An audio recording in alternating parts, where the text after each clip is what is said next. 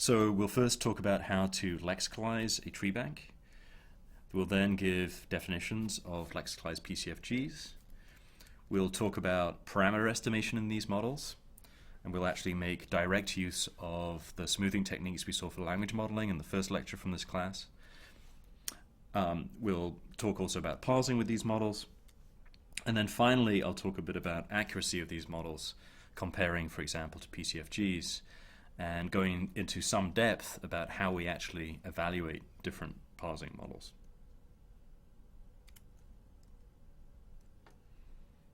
Okay, so the first key idea in lexicalized PCFGs is to add annotations specifying what's called the head of each rule in a context-free grammar. So I've shown you a simple grammar here, and I'm going to assume that the rules fall into two types. We either have some part of speech, rewriting as a word, or we have some non-terminal rewriting as a sequence of non-terminals, which could be non-terminals like a prepositional phrase or parts of speech like VI or VT. The key idea is going to be for each rule in the grammar to identify one of the children of that rule as what's called the head of that rule. So I've used red to denote the head of each rule. So VP is the head of S, VI is the head of VP, VT is the head of VP, and so on. So we're choosing one of the children to be the head of the rule, and so this is in some sense an additional piece of information in our context-free grammar. We don't just have the rules, we also have annotations specifying the heads. So that's the abstract idea. Let me talk a little bit more about where it comes from. It's actually a core idea in linguistics. This idea of heads in rules goes back to very, very early work in linguistics. Some intuitions. In some sense, the head is sort of the core of the rule. It's the most important part. So a verb phrase, for example, will always have some verb on the right-hand side of the rule, whether it's an intransitive verb or transitive or ditransitive verb. And this verb is in some sense the semantic center of that rule. It's the most important part of the rule. Similarly, for an S, you can argue that the VP is sort of the semantic center of that rule, as the predicate in the rule. And also for these noun phrases, the rightmost noun is again the most important part of the rule. So these head annotations are actually often not present in tree banks, and they certainly weren't present in the Penn Wall Street Journal tree bank, which was the tree bank used for many of the original experiments in statistical parsing.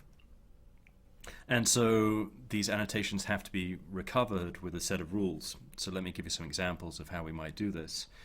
This is an example for noun phrases of a set of deterministic rules which will recover the head for each noun phrase. For example, they would make these annotations I've just shown you down here. So the first rule says that if the rule contains a singular noun, a plural noun, or a proper noun, then choose the rightmost of those nouns. So that would apply to these two rules here. They both contain one of these three categories, in which case we just return the rightmost category as being the head of that rule. If this fails, however, we go on to the next rule, which says that if the rule contains an NP, choose the leftmost NP. So this is going to apply to cases like the following. If I have a structure like that, it doesn't contain one of these three categories. It does, however, contain an NP. And in that case, we take the leftmost NP as the head. That's this rule down here. Those are by far the most common cases. Most noun phrases, at least in the Wall Street Journal tree bank, have either one of these three categories or a noun phrase on the right-hand side of the rule. But there are some funny corner cases, and so we go through a few of these cases here. If the rule contains a JJ, this is an adjective, choose the rightmost JJ. There are some rather strange noun phrases which are composed, which don't contain nouns but do contain adjectives. CD is a number. This is something like 100 or 1,000 or something like this. And then finally, we just have some default rules saying we choose the rightmost child under the noun phrase.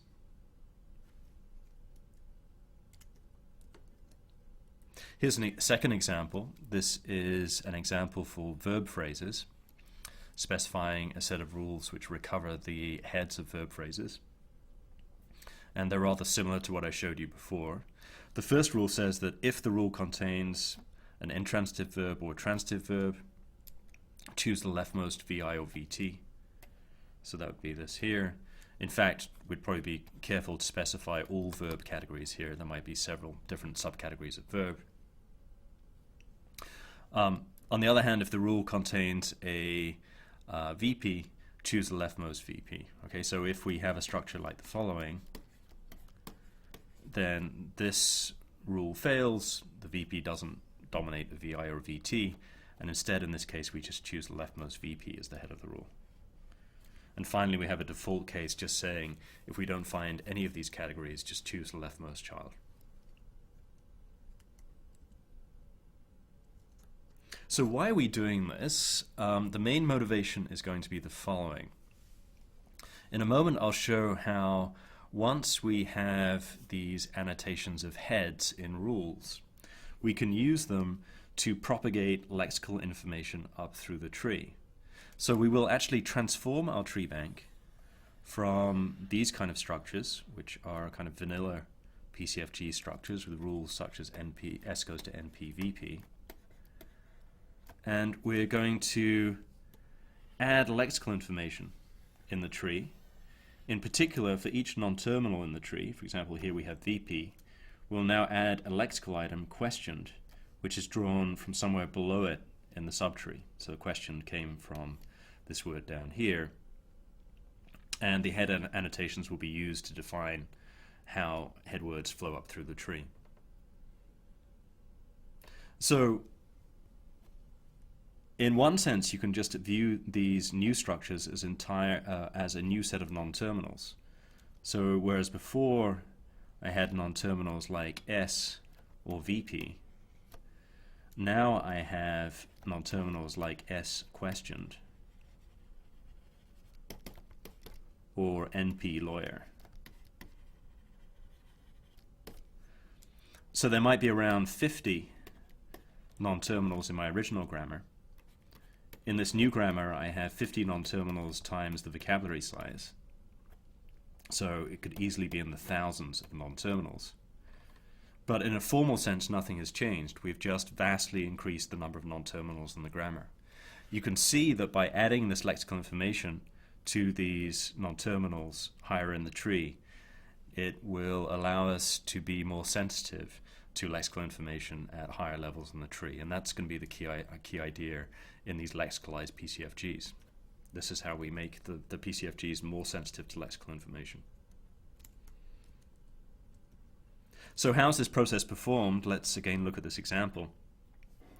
The critical idea is to propagate lexical items bottom up through the tree, where each constituent receives its head word from its head child. So let's look at this tree in a little bit more detail. The first case is simple. Whenever I have a part of speech, for example DT, we simply get its lexical head, its lexical item, from the word below it. So this just goes straight up. And so each of these parts of speech just immediately receives the head word from the word below. I should have said, by the way, these words are often referred to as head words. The head word of a constituent. Now let's go a little higher in the tree. Let's take this noun phrase here. So for this noun phrase we have the following rule. NP goes to determiner NN. And let's assume that our head rules have identified NN as the head of that particular rule. Well, our rules for propagating lexical items up through trees say that words are propagated from the head to the parent. And so witness, for example, is propagated up through the tree like this. So this noun phrase receives its head word from its head child in the rule. Similarly, if we look at VP goes to VT NP, let's say for the sake of argument that VT has been identified as the head of this rule, that means that this VP gets the word questioned from that.